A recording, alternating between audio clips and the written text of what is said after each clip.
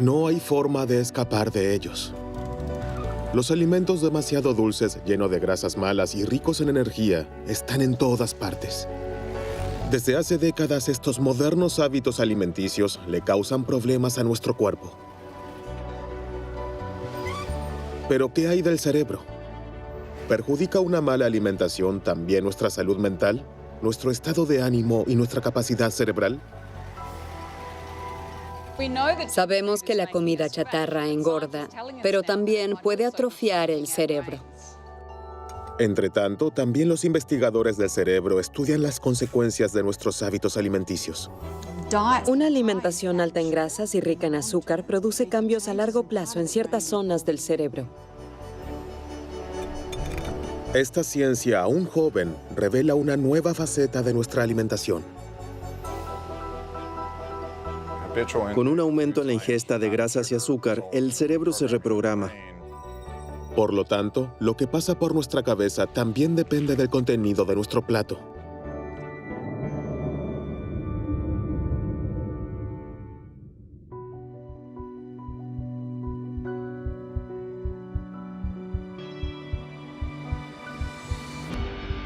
Todo comienza con las primeras comidas, antes del nacimiento.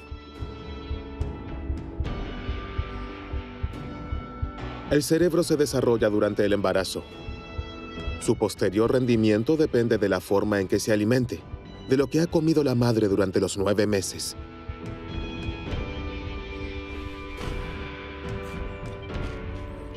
Hace tiempo que se conocen las consecuencias de una mala alimentación para la salud del feto. En la actualidad, en Australia, los científicos se ocupan también de los efectos de la alimentación en las funciones cerebrales.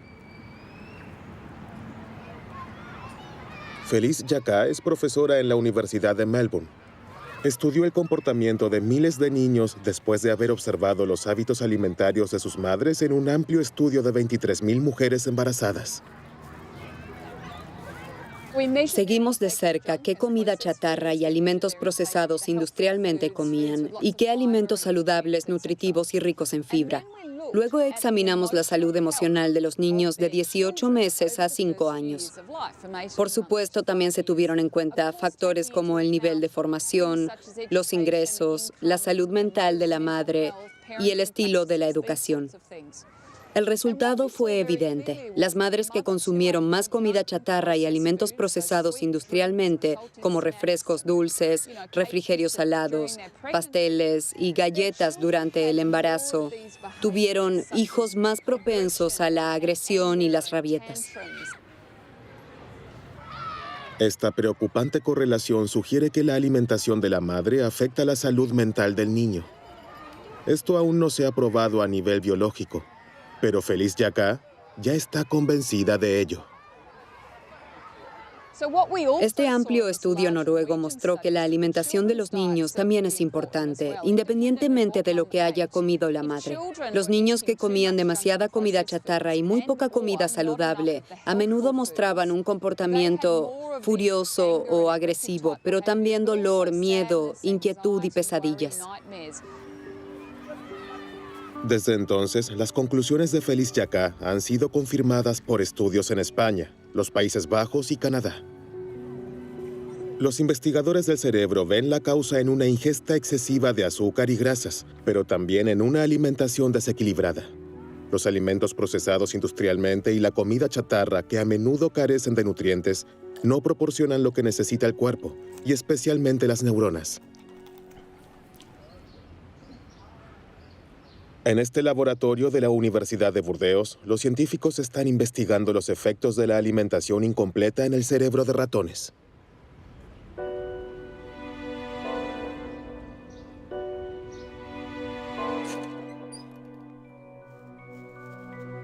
Este experimento se usa para medir las reacciones de miedo. El animal tiene la opción de poder explorar la parte iluminada o esconderse en la sombra. Por lo general, el ratón siempre se toma el tiempo para explorar el área iluminada.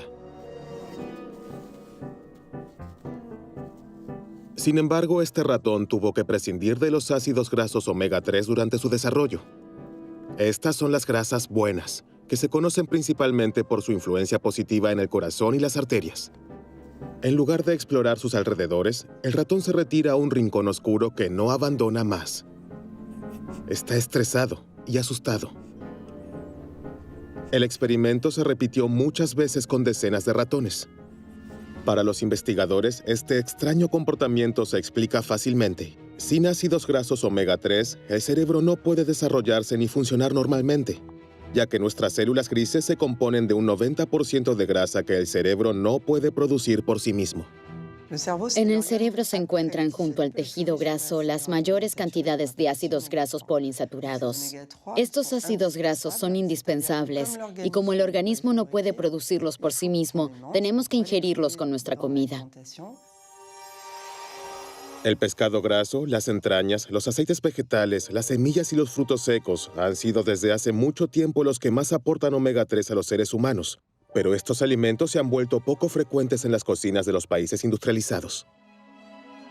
La cantidad de ácidos grasos omega 3 que llega al cerebro es clave para el desempeño de sus células, pues a medida que las membranas absorben estos ácidos grasos, mejoran sus propiedades eléctricas. Las neuronas que son ricas en ácidos grasos omega 3 transmiten la señal más rápido y la red es más eficaz. En el caso de deficiencia de ácidos grasos omega 3, el funcionamiento del cerebro puede verse afectado. Grandes sectores de la población muestran una deficiencia en ácidos grasos omega 3. Por eso es importante asegurarse de una ingesta suficiente, especialmente en ciertas etapas como durante el desarrollo, cuando el cerebro necesita grandes cantidades de estos ácidos grasos. Esto también cuenta en la adolescencia, porque en esta etapa los hábitos alimenticios cambian a menudo. También en la vejez, cuando el cerebro absorbe menos los ácidos grasos omega 3, se debe aumentar la ingesta. Por eso, para que el cerebro funcione a toda velocidad, deben evitarse especialmente las deficiencias en la alimentación. Pero se debe disponer de los nutrientes adecuados y la comida debe ser variada. ¿Qué le sucede a las neuronas cuando la alimentación es pobre en nutrientes y sobre todo consiste siempre en lo mismo? El hámster europeo, que estuvo extendido durante mucho tiempo aquí en las tierras bajas de Alsacia, se enfrenta exactamente a este problema.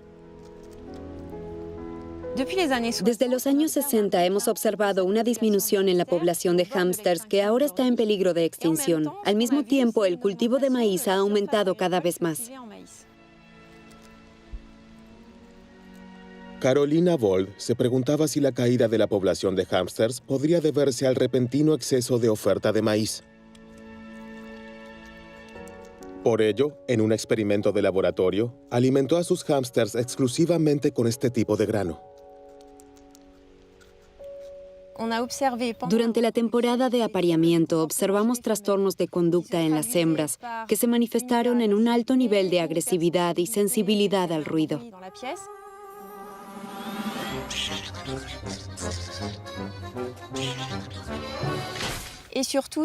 Pero sobre todo, estas hembras se comían a sus crías el día de su nacimiento. Esto se observó en más del 80% de las hembras. La mala alimentación es suficiente para convertir al hámster en un asesino de hijos. La causa es la falta de una simple vitamina.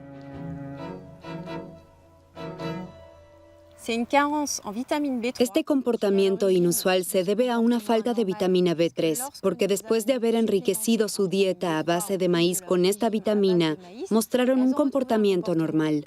Comenzaron a amamantar a sus crías tan pronto como estuvieron bien nutridas.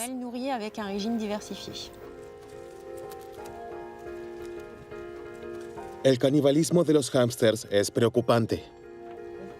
¿Podría una alimentación poco equilibrada y deficiente llevar también al ser humano a un comportamiento agresivo y violento?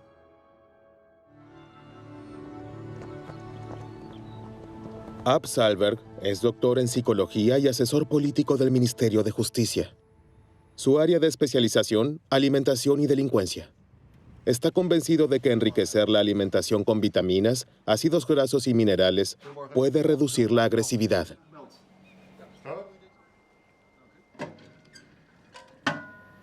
Esta hipótesis es difícil de verificar en la vida normal, porque nuestro comportamiento y nuestros impulsos están determinados por numerosos factores y circunstancias. Las cárceles parecen ser un entorno casi ideal para la investigación de la alimentación, porque allí no intervienen numerosos parámetros. Hicimos un estudio aquí en los Países Bajos con jóvenes prisioneros en 8 cárceles diferentes. Después de enriquecer su alimentación con vitaminas, minerales y ácidos grasos por 3 meses, examinamos los efectos en su comportamiento. Hubo 2 métodos diferentes de medición. Primero se les preguntó a los reclusos y al personal qué tan agresivos se sentían y qué tan agresivos se comportaban. Luego estudiamos el registro de incidentes por los cuales los prisioneros fueron castigados. Y resultó que el número de casos de castigo en celdas de aislamiento se había reducido drásticamente. En el grupo de presos cuyas comidas fueron enriquecidas, el número de incidentes disminuyó en 1/3. Así es que nuestra comida cambia nuestro estado de ánimo y refuerza ciertos impulsos.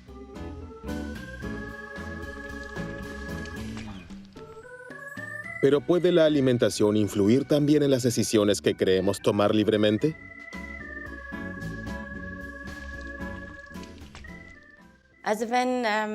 Bueno, cuando se les pregunta a las personas si creen que la alimentación y lo que comen tiene un impacto en su salud, la mayoría responde que sí. Cuando se les pregunta si pueden imaginar que la dieta también puede influir en sus pensamientos y decisiones, muchas personas no pueden imaginarlo.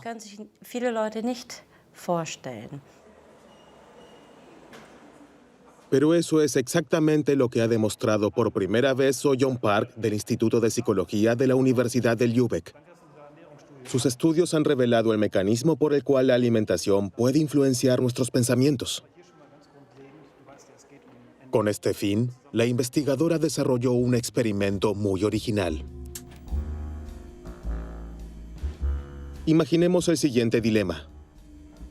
El dinero sobre la mesa debe dividirse en 2 cantidades. Pero es su compañero de juego, un desconocido, quien decide esta división. Te daré 2 euros y me quedaré el resto. Si acepta esta oferta injusta, obtendrá algo de dinero, pero mucho menos que él. Si la rechaza, ambos se van con las manos vacías. ¿Qué elegiría? ¿Acepta la oferta y toma los 2 euros, aunque se sienta engañado? ¿O la rechaza y se va con las manos vacías, pero con la frente bien alta? Sorprendentemente, que tome el dinero o no depende de lo que haya comido antes.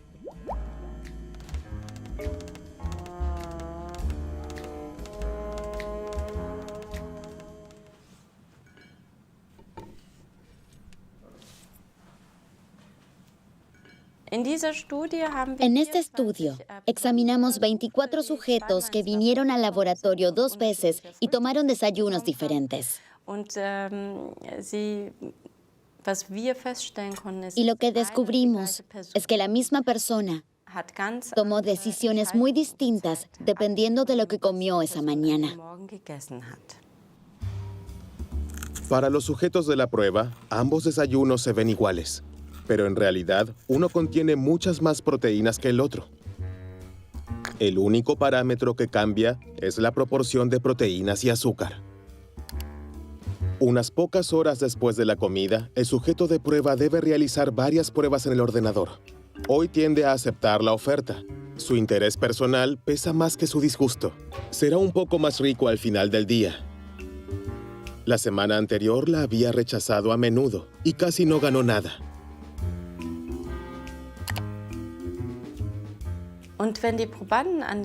Si los sujetos tenían más proteínas en sus desayunos esa mañana, también fueron más tolerantes ante una oferta injusta.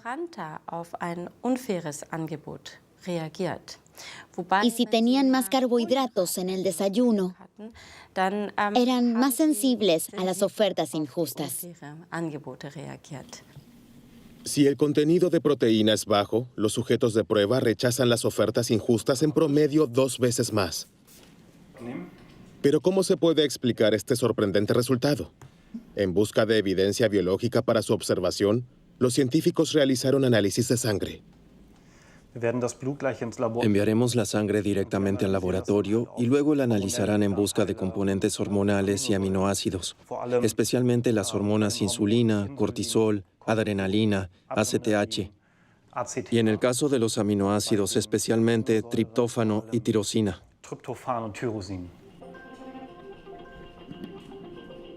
La sustancia más importante en esta lista es la tirosina. Este aminoácido es la sustancia precursora de la biosíntesis de una proteína que es fundamental para las funciones cerebrales, la dopamina. Este neurotransmisor garantiza la comunicación entre las neuronas responsables de la motivación y la disposición a correr riesgos. Los resultados del análisis de sangre muestran que los sujetos cuya sangre contiene más tirosina tienen más probabilidades de aceptar la oferta injusta. En pocas horas, lo que comemos provoca un ligero cambio en la química de nuestro cerebro y también en la comunicación entre las neuronas. Esto es suficiente para influir en ciertas decisiones. En el Instituto de Psicología de Lübeck continuarán los experimentos a fin de confirmar este resultado, ya que los posibles efectos son amplios. Si tenemos en cuenta que comemos 3 veces al día y eso todos los días, el poder que tiene la alimentación para cambiarnos o formarnos es enorme. Y eso definitivamente debería darnos algo en qué pensar cuando se trata de cómo podemos usar la alimentación para favorecer nuestro bienestar u optimizar nuestra mente. Una alimentación incompleta no solo produce un cambio en la función y el comportamiento del cerebro e influye en nuestras decisiones cotidianas. Cada vez es más evidente que la alimentación juega un papel vital en nuestro estado de ánimo.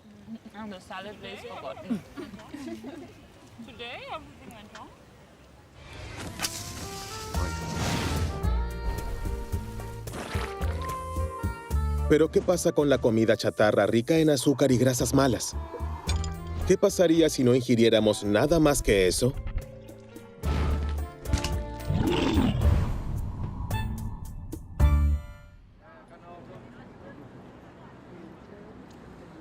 Científicos australianos de la Universidad de Sydney se ocupan de esta cuestión.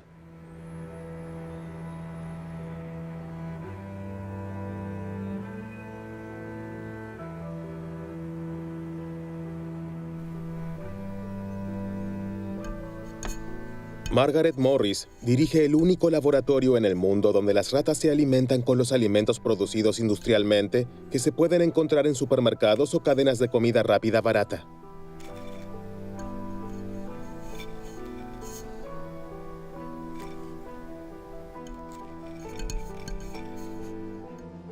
Para nuestro experimento, damos de comer a las ratas alimentos habituales como paté de carne, papas fritas, pasteles y galletas. Todos estos alimentos están disponibles en todas partes y son baratos. De esta manera, simulamos la alimentación del mundo occidental. La primera consecuencia de esta alimentación, la rata come porciones el doble de grandes. El animal nunca parece estar satisfecho. Sin embargo, esa no es la mayor sorpresa.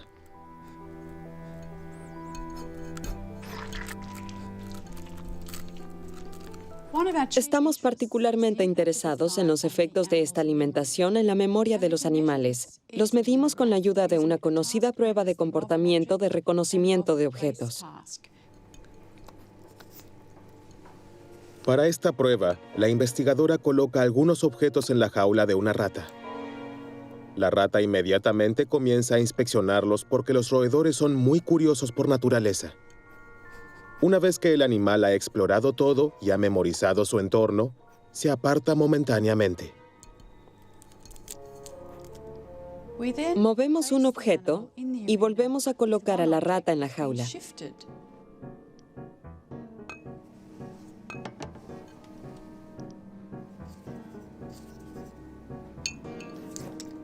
Cuando regresa, la rata pasa más tiempo examinando el objeto movido porque el otro objeto ya lo conoce. Está en su memoria.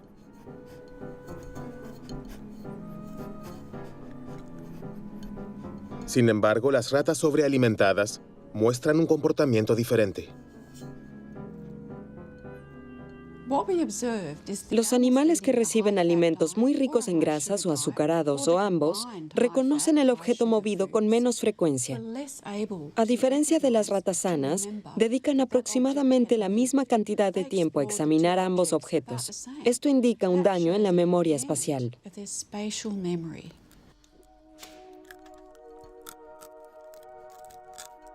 Las ratas sobrealimentadas no solo tienen una memoria espacial dañada, sino también otros trastornos funcionales que son una señal de alarma para los científicos. Estos indican cambios en el hipocampo, una pequeña región profunda del cerebro responsable del aprendizaje y la consolidación de los recuerdos. Estudios recientes muestran que los alimentos energéticos también dañan el hipocampo humano.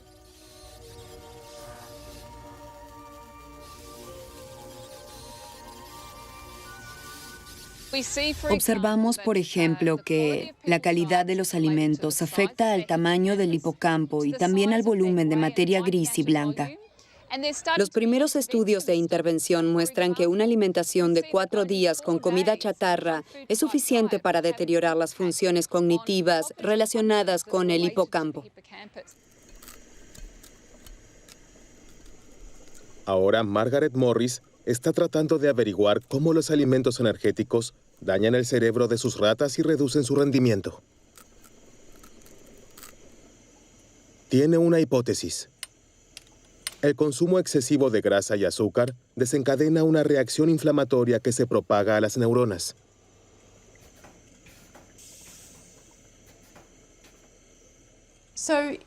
Esta alimentación provoca una reacción inflamatoria en todo el cuerpo.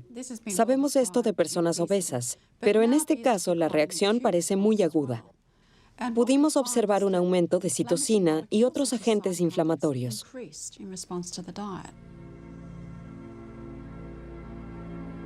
Una alimentación demasiado abundante desequilibra el sistema inmunitario. Este se defiende y desencadena una reacción inflamatoria, especialmente en el tejido adiposo. Nuestra grasa luego libera sustancias que extienden esta inflamación a todo el cuerpo. Hasta ahora, se supone que las neuronas están libres de este fenómeno porque están protegidas por la llamada barrera hematoencefálica.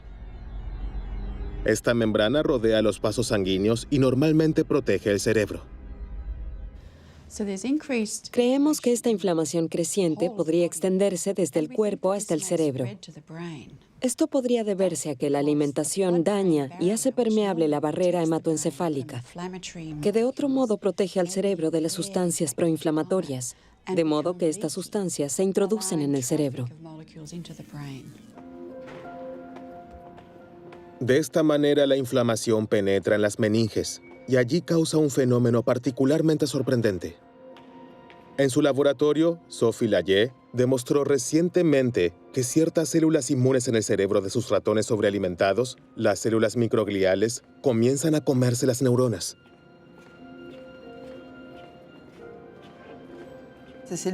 Estas células microgliales en el cerebro son importantes porque comen neuronas muertas. Sin embargo, si se descontrolan debido a una alimentación desequilibrada, también comienzan a comerse las neuronas vivas. Si esto adquiere proporciones extremas, contribuye de manera decisiva a la destrucción de las redes neuronales y de las neuronas funcionales que en realidad están sanas. Esta reacción de las células microgliales pudo filmarse in vitro. Las imágenes muestran la energía con la que trabajan. Los rojos son fragmentos de las neuronas que se comen. En el caso de un ratón obeso, su actividad aumenta frenéticamente. Ahora se sospecha que este fenómeno perjudica significativamente la función cerebral.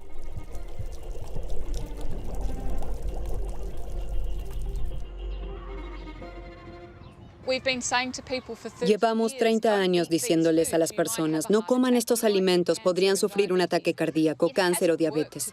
Pero el comportamiento alimentario se ha mantenido igual.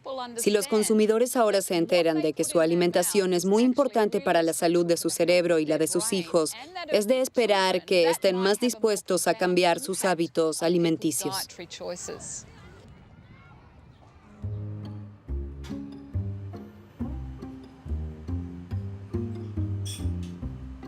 Microscopio, mini pipeta y un dispositivo de registro altamente sensible, Xavier Fioramenti posee todas las condiciones técnicas para medir la actividad eléctrica de una sola neurona.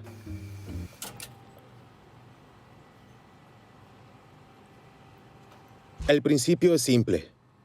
El corte cerebral de un ratón se encuentra en un líquido que lo mantiene vivo.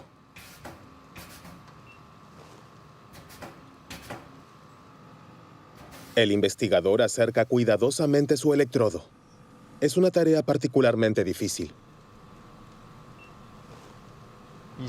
Ahora llevo la pipeta hacia el cerebro y la acerco a la neurona hasta que hay un contacto.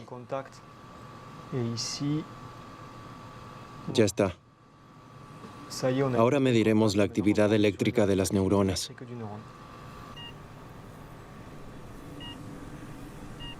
Las oscilaciones hacia arriba son potenciales de acción. De esta manera, las neuronas codifican su información. El tiempo que pasa entre cada oscilación representa el mensaje que envía la neurona. Ahora aumentaremos la concentración de glucosa en el líquido. Veamos si esta célula reacciona. Como puede observarse, esta célula reaccionó al aumentar la actividad eléctrica. El potencial de acción es más fuerte que antes de aumentar el contenido de glucosa. Esta señal es de una sola célula. Sin embargo, en el cerebro, todas las neuronas están conectadas entre sí. Los científicos suponen, por tanto, que la glucosa altera la actividad de todas las áreas del cerebro responsables de las sensaciones y el placer.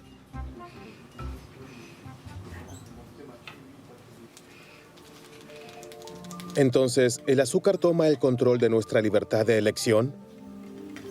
Hasta ahora es solo una hipótesis. Por eso la adicción al azúcar es ahora objeto de una intensa investigación en los laboratorios. Y cada vez es más evidente que la influencia del azúcar es semejante al poder de una droga.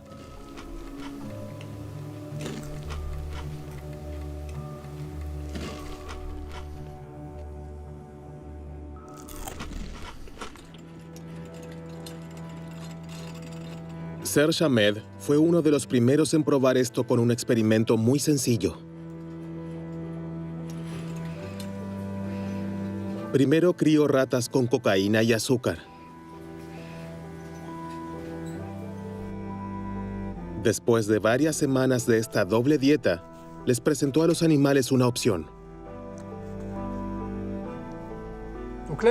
Aquí el animal puede elegir entre dos palancas. Una está conectada a una jeringa que contiene una droga líquida, una droga dura como cocaína o heroína. La otra palanca controla una segunda jeringa que contiene una bebida azucarada. Y se ve que el animal se decide por la bebida dulce.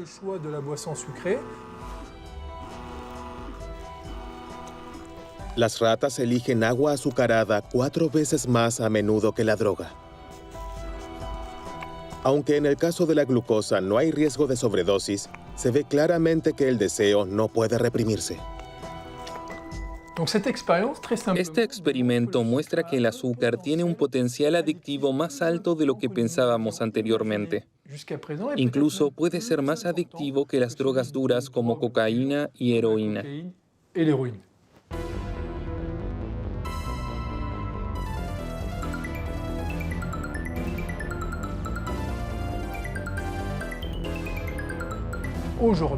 En la actualidad, nuestra nutrición es bastante desequilibrada, porque el azúcar se encuentra en una gran cantidad de alimentos. Por supuesto, esto incluye alimentos dulces, como bebidas azucaradas, pero también productos que no esperamos, como jamón o sopa. Hay muchos más ejemplos de esto, y el contenido de azúcar de tales alimentos contribuye a que las personas se vuelvan adictas sin darse cuenta.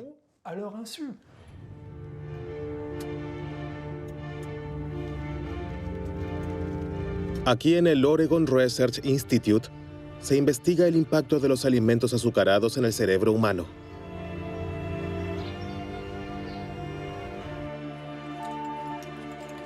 Los experimentos muestran que el consumo habitual de alimentos altamente energéticos altera los circuitos neuronales de la misma manera que lo hace el consumo de drogas.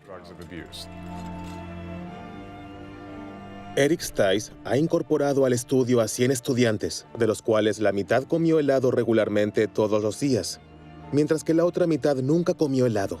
Todos vinieron al laboratorio a tomar un batido en una máquina de resonancia magnética, y de esta manera se les proporcionó a los investigadores una idea de su actividad cerebral. Le damos un batido de chocolate hoy y anotamos la actividad de su cerebro, en el momento en el que da un sorbo y justo antes de hacerlo. De esta manera, queremos descubrir más sobre las consecuencias neuronales del consumo de alimentos altamente energéticos. Con la ayuda de un tubo, el sujeto de prueba puede beber el batido sin mover la cabeza. Descubrimos que en el caso de las personas que nunca toman helado, el sistema de recompensa está muy activado, mientras que en los sujetos de prueba que toman helado todos los días, no pudimos observar prácticamente ninguna activación. Esto demuestra que la ingesta regular de alimentos muy altos en calorías reduce significativamente el placer del consumidor. El sistema de recompensa crea una sensación de placer. Reacciona de manera particularmente intensa al consumo de azúcar. Sin embargo, la ingesta excesiva de azúcar reduce su capacidad de respuesta, haciendo que la misma dosis de azúcar sea menos placentera en algún momento. Con su experimento, Eric Stice descubrió otro efecto que es más sutil y quizás incluso más peligroso. Al comer demasiado azúcar, el cerebro es hipersensible a las imágenes de alimentos.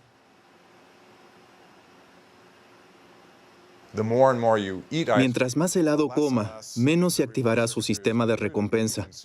Por otro lado, reacciona mucho más intensamente a los estímulos que prometen un pronto consumo de helado, como cuando pasa con el coche por una heladería o ve un comercial en la televisión. Responde a estos estímulos de manera mucho más intensa que las personas que nunca comen helado. Y eso incita a comer, a pesar de no tener hambre, lo que lleva a la obesidad y todos los problemas de salud que resultan de ella. Esta influencia directa de los alimentos en nuestro cerebro cumple una función importante en la selección de nuestra comida diaria.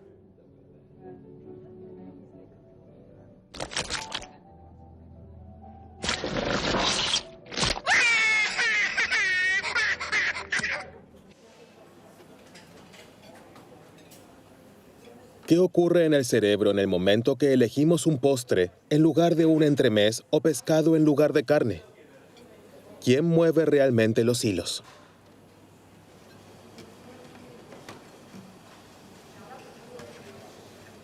El laboratorio de Carlos Ribeiro está a la vanguardia en la investigación de nuestros hábitos alimenticios. Queremos encontrar todos los componentes, todos los genes, sustancias y neuronas que influyen en nuestro comportamiento alimentario. Para esto tenemos que observar efectos muy pequeños, apenas perceptibles. Un animal muy simple, la mosca, le permite ir por nuevos caminos y probar nuevas hipótesis. Para comprender el comportamiento de alimentación de la mosca, Carlos Ribeiro ha desarrollado un dispositivo con el que puede seguir en detalle las decisiones del insecto. Si la mosca toca la comida, podemos medirla aquí con este sensor. Este es el mismo sensor que también detecta el tacto en la pantalla de tabletas o teléfonos inteligentes. Solo que aquí no se toca la pantalla, sino la comida. De esta manera, podemos ver exactamente si la mosca opta por proteínas o por azúcar. Pero también investigamos cómo come, en qué cantidades, con qué rapidez y con qué frecuencia. Analizamos en detalle sus decisiones que son controladas por el cerebro. Con la ayuda de esta técnica, ha demostrado que la mala alimentación tiene una influencia decisiva en el comportamiento alimentario. Por supuesto, las moscas que han sido privadas de proteínas elegirán alimentos ricos en proteínas. Sin embargo, observando más de cerca, descubrió que este no es siempre el caso. A veces teníamos moscas que no mostraban un fuerte apetito por las proteínas. Quisimos encontrar la razón y comprobamos que las moscas que no estaban interesadas en las proteínas tenían ciertas bacterias intestinales. Después de numerosos experimentos, quedó claro que el apetito por las proteínas de las moscas fue inhibido por dos bacterias intestinales muy específicas. Estas dos bacterias tienen un gran impacto en sus decisiones alimentarias.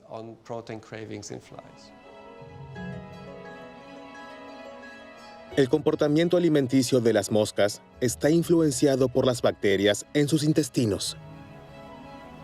Este sorprendente descubrimiento plantea una pregunta importante. ¿Las bacterias en nuestra propia flora intestinal, conocida por los científicos como microbiota intestinal, afectan también nuestro cerebro? ¿Cumplen alguna función en nuestros hábitos alimenticios?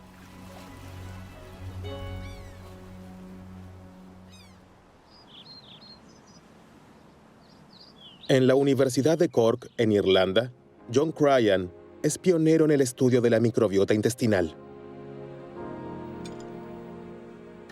Logró demostrar que las bacterias intestinales también influyen en ciertos comportamientos de los mamíferos.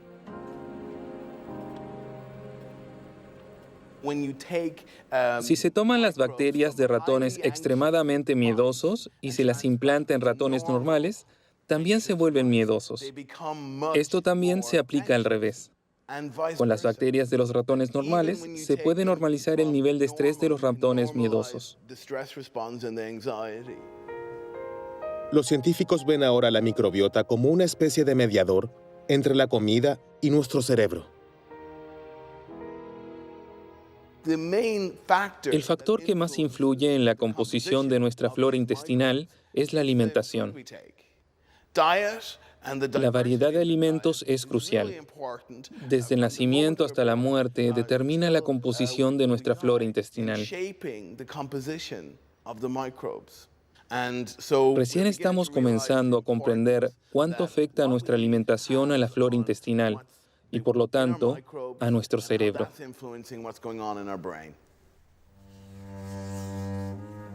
El hecho de que nos sintamos bien depende, entre otras cosas, del bienestar de nuestra microbiota.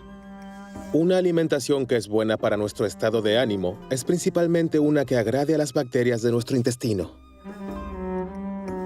A partir de este descubrimiento, surgió la idea de mimar el cerebro con la ayuda de la alimentación y promover la salud mental. Y aquí los científicos están particularmente impresionados por la famosa dieta mediterránea. La cocina mediterránea tradicional es muy rica en alimentos vegetales, muchos tipos diferentes de lechuga y verduras de diferentes colores, pero también frutas. Las legumbres, es decir, frijoles, lentejas y garbanzos, también son muy importantes. También hay frutos secos y granos, pescado y, por supuesto, aceite de oliva. El aceite de oliva es una parte muy importante de la dieta mediterránea. Creemos que esta amplia diversidad también conduce a una gran variedad de bacterias en nuestros intestinos. Y esta diversidad de la flora intestinal, a su vez, garantiza una buena salud.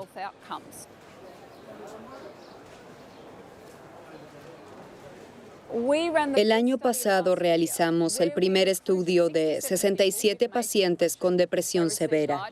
Recibieron ayuda de un nutricionista durante 3 meses. Al final los examinamos nuevamente y descubrimos que su cambio de alimentación estaba acompañado de una mejora en la depresión. Cuanto más estrictamente siguieron la dieta mediterránea, mejor se sintieron.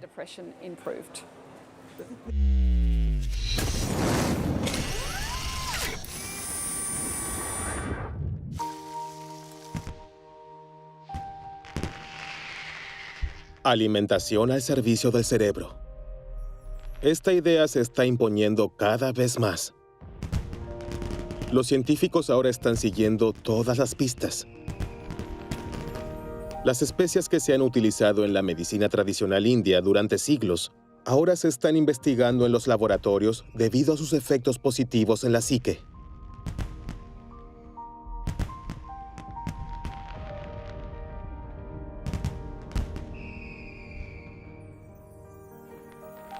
Los frutos rojos también despiertan grandes expectativas.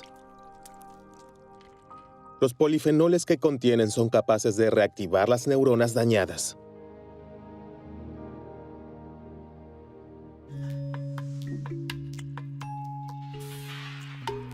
Entonces, ¿son los frutos rojos y las especias remedios milagrosos que mantienen nuestras neuronas siempre jóvenes? Aún es demasiado pronto para responder a esta pregunta. La ciencia recién está comenzando a desentrañar los misterios de esta increíble conexión entre la alimentación y el cerebro. El menú ideal para nuestras células grises aún se desconoce en gran parte. Sin embargo, una dieta variada y equilibrada que no contenga alimentos procesados industrialmente y azúcares, y que incluya muchas frutas y verduras, parece ser la mejor receta para mantener nuestras capacidades mentales. A mi abuela le gustaba decir, eres lo que comes, así que come bien.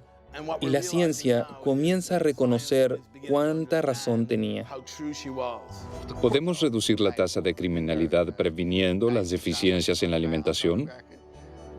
Es demasiado pronto para decir definitivamente que una alimentación saludable afecta nuestro comportamiento. Cuantas más barritas de chocolate comemos, mayor es la tentación, así que comemos más. Alimentamos el monstruo que llevamos dentro. Lo mejor que pueden hacer es alimentar a sus hijos de manera saludable y que no se acostumbren a esas porquerías. Acabo de decir porquería, lo siento.